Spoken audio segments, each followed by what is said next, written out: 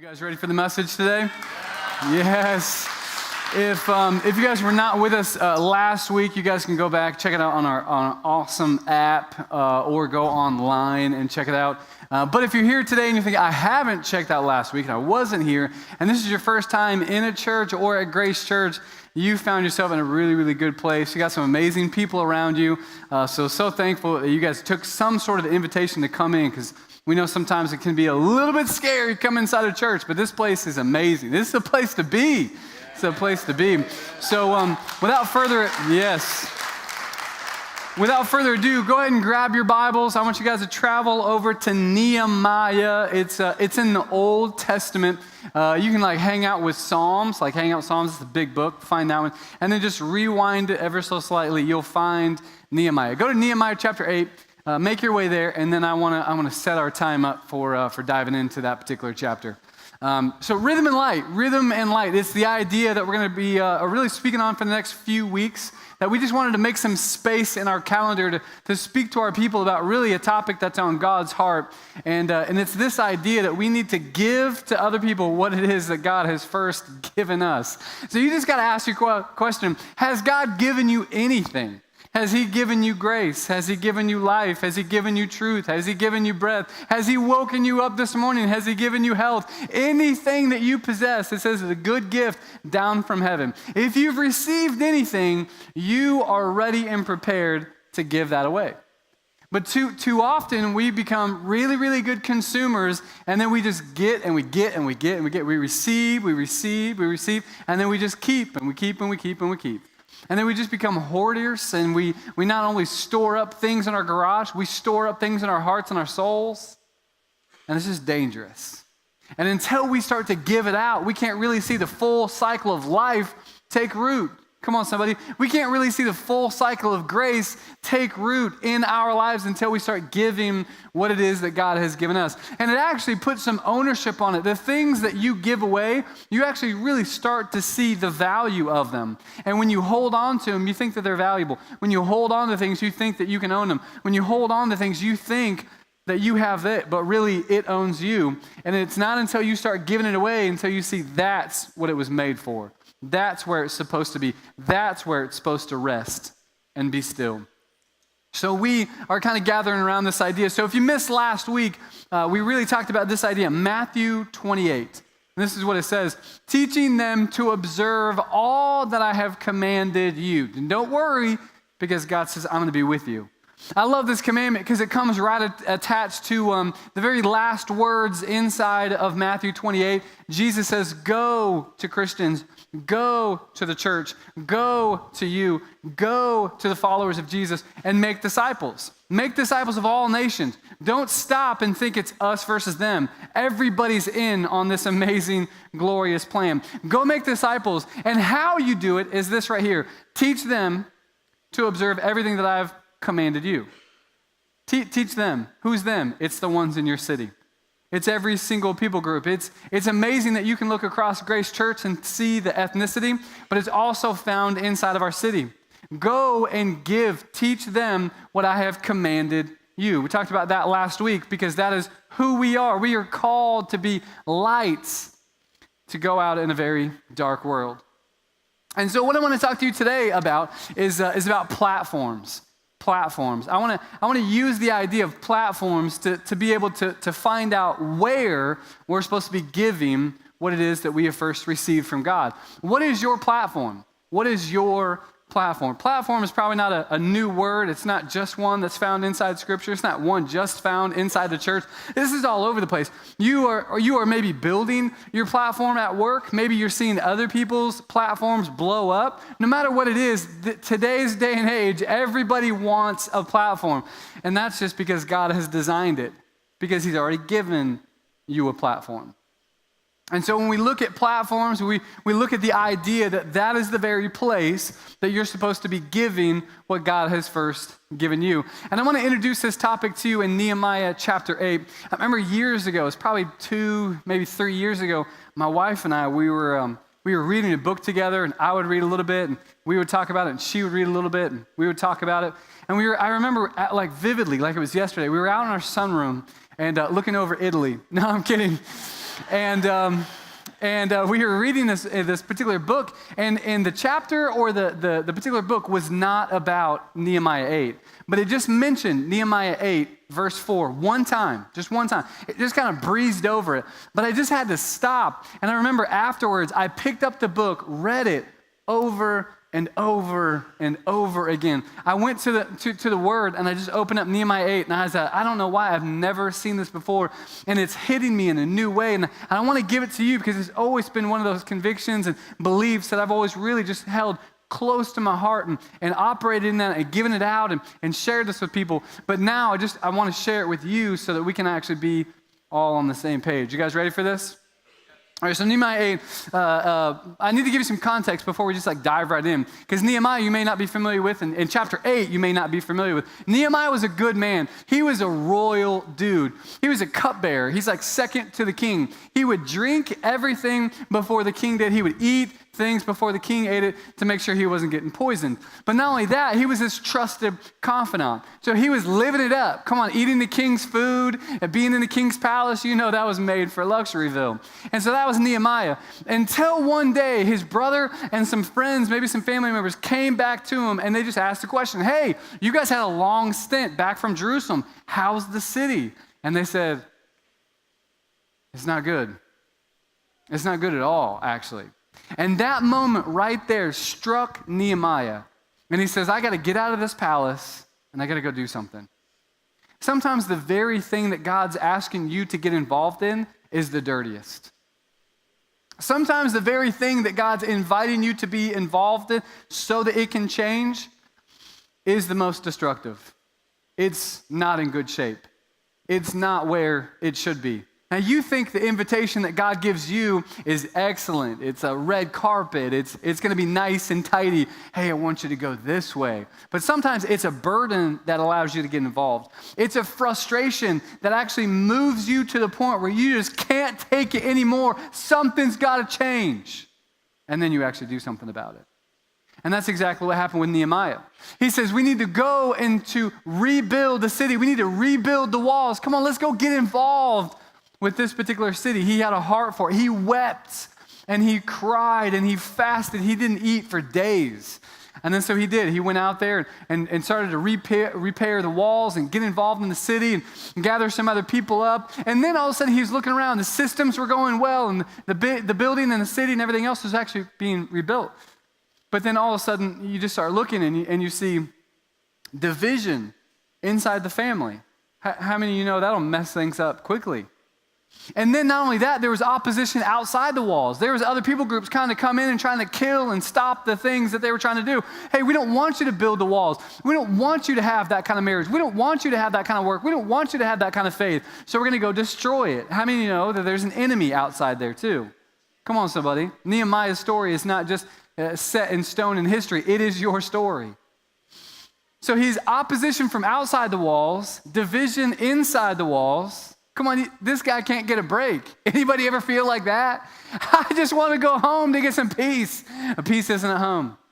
And then you're like, I just need to get out of here. I'm going to work long hours. Well, it's not there either. God's just shutting the door and he's saying, hey, listen, the only place that you can be is inside the presence of God. And you need to bring that to your work and bring that to your life inside your family so that things can start to change. And so that's exactly what happened. He started to just say, hey, you know what? We need some God, some Jesus to come in here. So then he called on his friend Ezra. And he said this. He said, Ezra, go get the book. Come on, things are about to change. When someone says to you, our marriage is not where it should be, our family is not where it should be, go get the book. Because we need to start living like this and not like the way we were. All right, check it out. Nehemiah chapter 8. And all the people gathered as one man into the square before the water gate.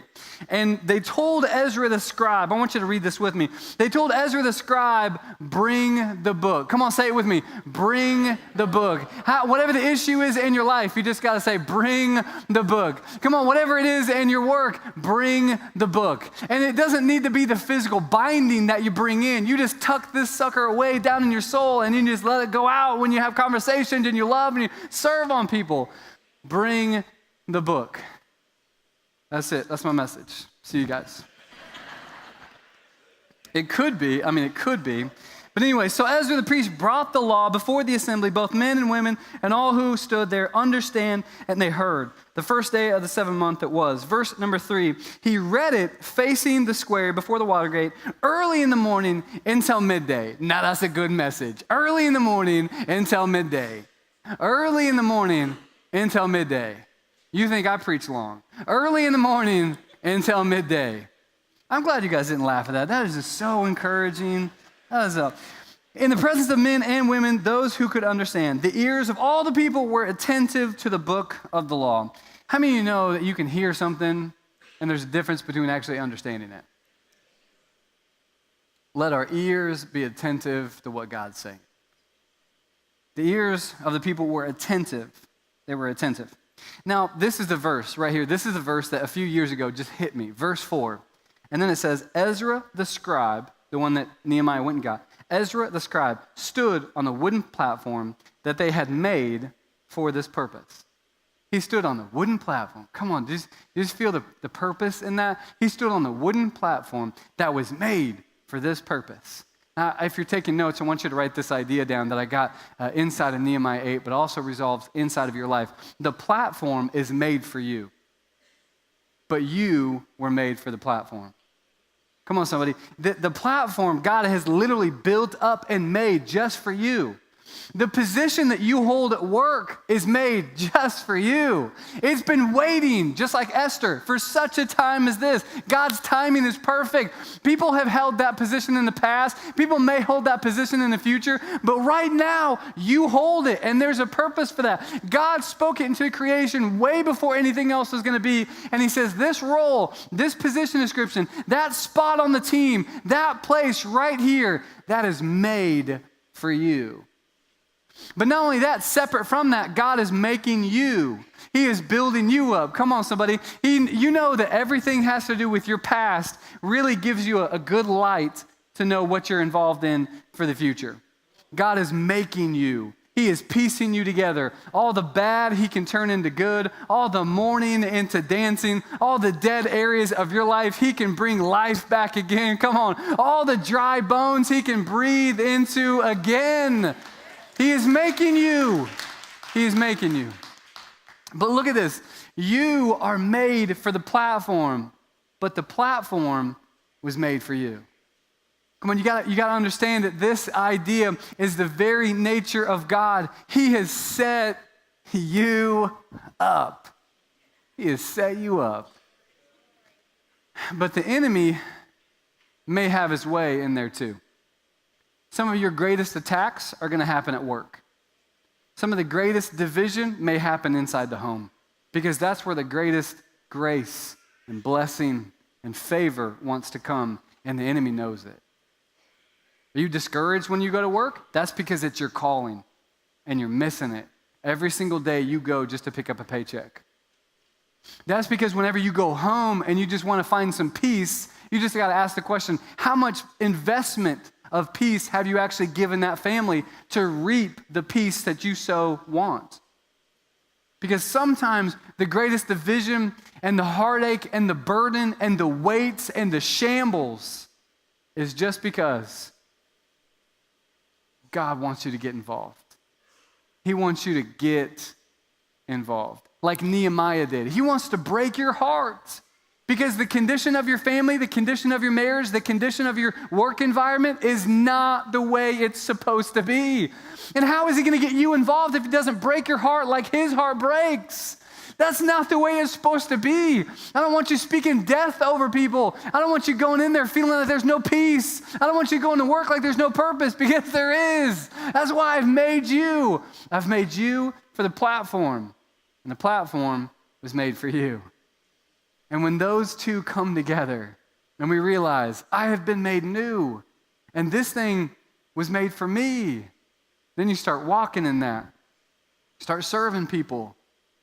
And you start allowing what God's doing in you to be distributed through you.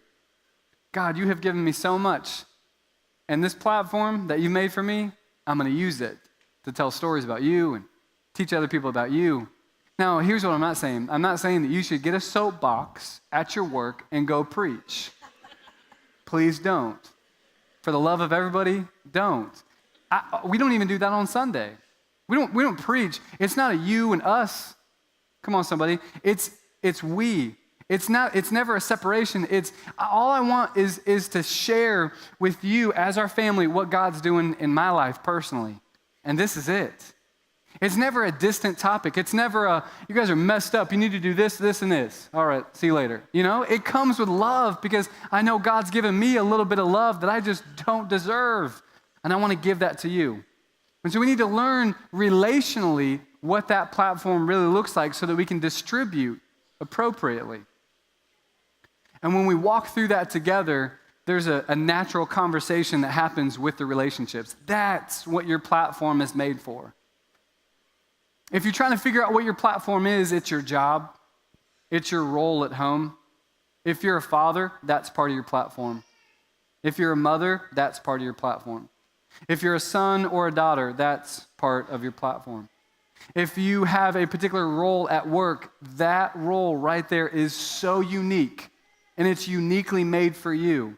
And until you figure that out, you're just going to be walking aimlessly. But when you realize that thing was made for you and you were made for it, and your job right now, you may not hold it for the rest of your life, but your job right now is positioned and given you by God, and you realize that you were made for this particular moment so that you can actually just go and work and build excellence, love on people, speak life, change the culture, be a light into a dark place, be an example, then things will start to change.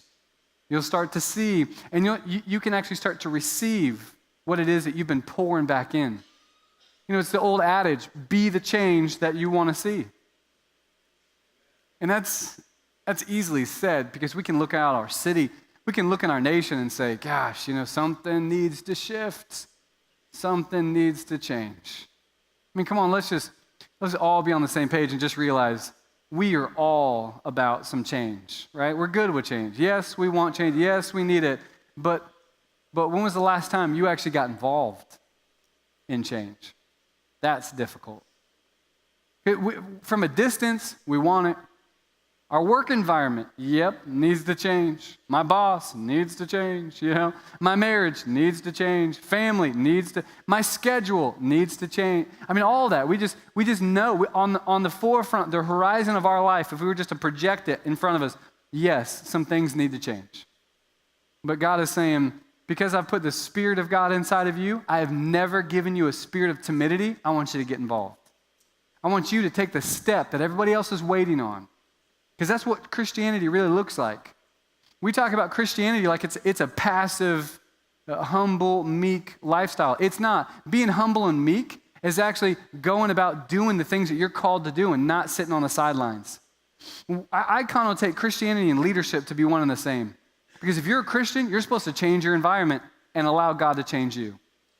And that's what we're talking about in our platform. And see, let me just make a difference between the two, because when we talk about leadership, I know that there's a world's view of leadership. Leadership, whenever it comes to the world, is that you build your platform, you build your calling, you build your followers, and then you make sure that the followers, do what you want to do. It's your agenda. Leadership is lording it over them. But that's not at all the design for God. He says, I want you to be in leadership. I want people to follow you because I want there to be an example to see. We're visual learners. I want to be able to see from my boss, the person who's leading me, a lifestyle at home and also at work. Come on, somebody catching this? And God says, I've designed leadership not to lord it over people, but to lead, to actually serve people, to get underneath them, to allow your heart to break for your people, your employees, your kids, your coworkers, so that you can invest in them, believe more for their life than they believe for theirs.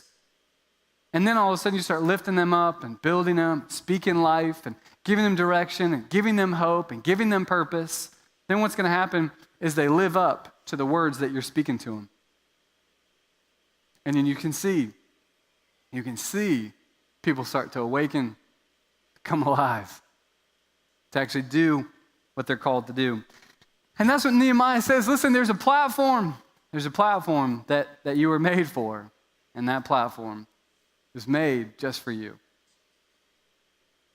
Now, when we look at this, we got to know those are some grandeur plans, right? Changing the atmosphere of your city and changing the home. I mean, come on, that's sort of a big deal. And it's great to have big dreams and the big hopes, but realistically, we just can't do it. And I know, I agree with you. You can't change the entire city. You can't change the nation. You can't change the government. You can't change the educational system or the medical or anything else. You can't change that. But what you can change is what you're involved in inside of your city. You can change that. And when we talk about our city, we talk about our place of influence. And I want to give you some practical ideas. So we're hanging out in Nehemiah chapter 8. I want you to rewind ever so slightly. I want you to go back to Nehemiah chapter 3. Nehemiah chapter 3 gives us some practical looks, not necessarily just about Nehemiah, but about you and how you're supposed to walk out this idea of change. Nehemiah chapter 3, the entire chapter is actually labeled rebuilding of the wall. It's the rebuilding of the wall. And it goes through with some consistent things, like the word rebuild or repair is there at least 35 times. That's pretty consistent. 35 times he said we're going to rebuild or repair. And then he goes on to say that, hey, we're going to do doors, and this is how it's going to have. We're going to lay its beams, set its doors, and its bolts, and its bars. Then it goes again. Beams, doors, bolts, bars. Beams, doors, bolts. Sounds like a song. Come on, can you catch in the rhythm? Yes, everybody. Beams, bolt. No, come on now. You see that all the way through chapter 3. It's like a song. If you begin to have your rapping career, Nehemiah chapter 3 would be a really good place to start. You just get a little bit of consistency. Get your cadence. You know, you're like, what are you talking about? Stay with me. And then it comes to verse 23. Here are some other consistencies about giving what we first received. And this is what it says. After these guys over here, Benjamin and Hashab, what do? They repaired the gates opposite their house. They repaired opposite their house. Now, I love this because then you go down to verse 28, and what does it say? Very similar. Okay, so in this section over here, it was called the horse gate. Over there on that gate, the priest, different type of people, they repaired opposite their house. So get this. Nehemiah is here, and he gathers up thousands of people. And how are we going to go affect change? The vision is the same. We're going to rebuild the walls of this entire place. Jerusalem is in shambles. We're going to repair that. But how do you give direction to thousands of people so that we can actually walk this out? Nehemiah says, it's this simple. Wherever you live. Okay, check. I got that. Walk outside of your home. Do you see the broken wall? Yes. Check. Repair that. Just repair that. But what about my neighbors? No. Walk outside of your home and repair that. But down the street, it's no. Walk outside of your home and repair the wall. I want this section over here. This section over here. Walk outside of your home and repair that wall. This section over here. Walk out. Where do you live? Oh, you live here? Walk outside of your home, repair that wall. Walk outside of your home, repair that wall. Do you see the consistency? Who appreciates God's faithfulness? The fact that he is consistent yesterday, today, and forevermore. You don't have to guess with his plan. What's today? Oh, he's still good. But what's today? He's still good. But what's today? Is he going to forgive my sins today? Still forgiven. What about today? Is God's grace going to be sufficient today? Absolutely. And you go day to day to day, and you see the consistency. Now, God actually gives some consistency and faithfulness in how you see restoration of an entire city. He says, here's what I want you to do. Wherever you're geographically located, wherever your decentralized city is, wherever you get coffee, wherever you go to work, wherever you live in your home, wherever you spend your spare time, I want you to go out there, look at the people that are right in front of you, that you actually know their name, and I want you to love on them. I want you to go outside of your comfort zone and just see the people that are right in front of you. I don't want you to help everybody. God is saying, I don't want you to help everyone. I don't want you to change the city. I want you to invest in the ones that are right in front of you. Come on, you catching this? I want you to go outside of your gates, your doors. I want you to go outside of your place and realize that this is your city. And until your heart starts to break for your employees and your coworkers and your family, God's going to start to get a hold of what is everything around you. Imagine the change that you would see in your city if God first started to change your perspective. So that we can actually see there's an opportunity where I can invest in somebody. There's an opportunity where I can love on some people. There's an opportunity that I can actually see some change take place. That's exactly what happened whenever Nehemiah, he started looking around and he had division inside of the city. He had opposition outside the city. And he says, we need to get the book. Because what God gives you, personally, what God gives you, I want you to start giving away. Matthew 28 says, whatever you have received, what I want you to do is give that away and use the platform that was made for you and you were made for it to distribute all of my goodness. My people need to know how awesome I really am, how I'm still alive, and how I'm still over everything. I'm still sovereign. I still wrote a book and it's alive and active. And I want to breathe life into my people again. And I may just use a broken mouthpiece like you and me to do it. You just got to be willing. Fully surrendered. Willing just to say, okay, God, I've had enough. I want the change to start right here in front of me. So I'm going to walk out of my place of influence and I'm going to invest and love on the people that are right in front of me. I can't do everything.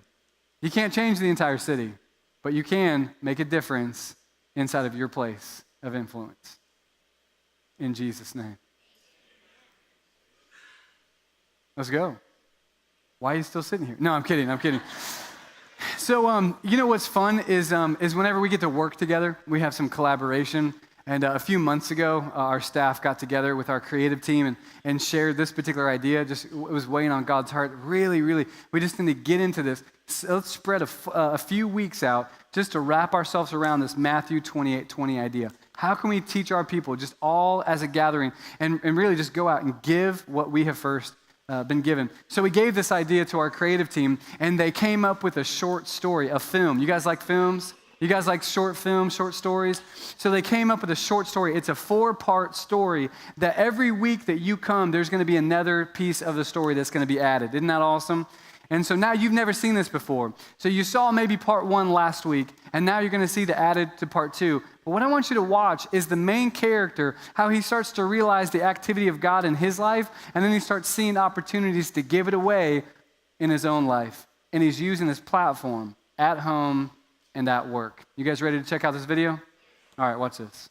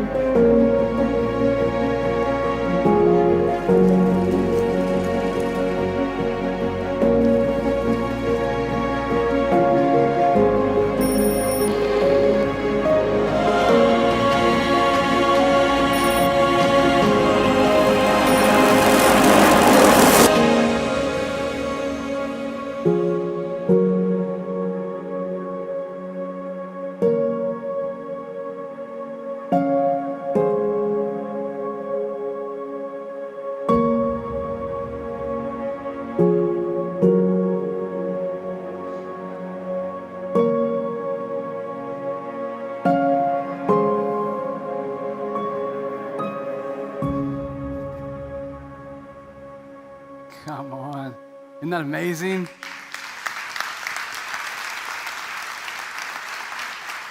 Did you see the connection? Come on, did you see the light? You see the opportunities that have been there before, but then all of a sudden there's something about them you need to act on, you need to do something about. If you can see it in the video, you're going to start to see it in your life. Ordinary, traditional patterns, same things that you just do day in and day out are going to start to look different. You're going to see opportunities that God gives you. You know, the miraculous thing about the rebuilding of the walls in Nehemiah is that if you were to ask the third world countries that have about the same craftsmanship, same machines and skills that they did back in the day, how long it would take them to do what Nehemiah did, how long would it take you today to undergo this project with the amount of people that you have, the amount of shambles that this wall and city was really in? They said easily, hands down, it would take you years.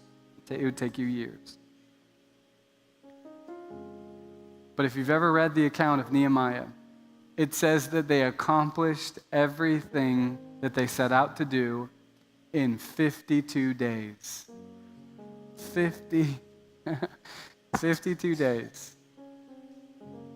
Multiplication, miraculous, the impossible. Filling the city is actually possible when you don't try to do everything. You just go out there and you give what God's first given you by using the platform that you were made for, and it was made for you so that you can just invest and love and serve the people right in front of you. Amen.